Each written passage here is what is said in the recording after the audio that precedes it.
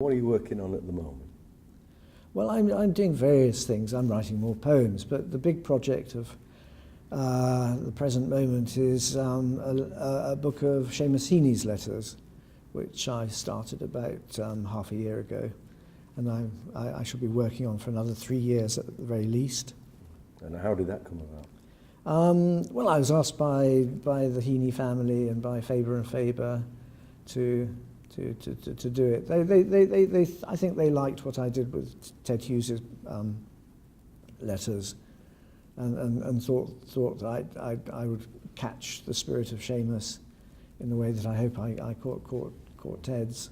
And has anything stood out to you so far? I appreciate it's early days yet. But... Well, it's very early days. Now, there's a great deal I haven't yet seen. I know where it is, and I've got to patiently track it down and look at it. But yes, the outstanding feature of his letter writing is, well, there's several, but one of them is just graciousness. He's a very, very kind and generous letter writer, both to close friends and to people he's hardly met. Also, he's very funny. There are lots of good jokes. He plays with words very, very amusingly. Some of the funniest items are postcards. He saw the back of a postcard as an example to say something very clever and funny in postcard proportions. And yeah, no, he's a witty man as well as a serious one. And what poems are you working on? Any particular theme, as such? Well, I've got a book out in a few months' time, which is called Old Toffer's Book of Consequential Dogs, and it's a canine counterpart to Old Possum's Book of Practical Cats.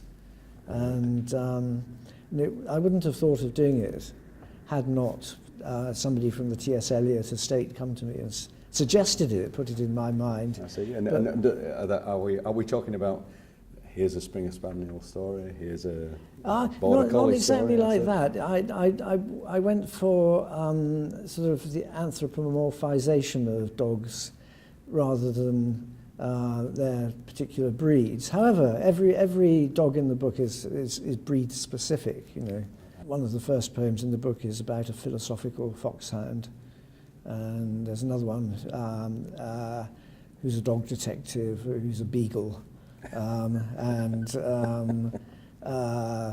Lola runs away to the circus and she's a French poodle, that sort of thing. We'll look forward to that. The University of Huddersfield, inspiring tomorrow's professionals.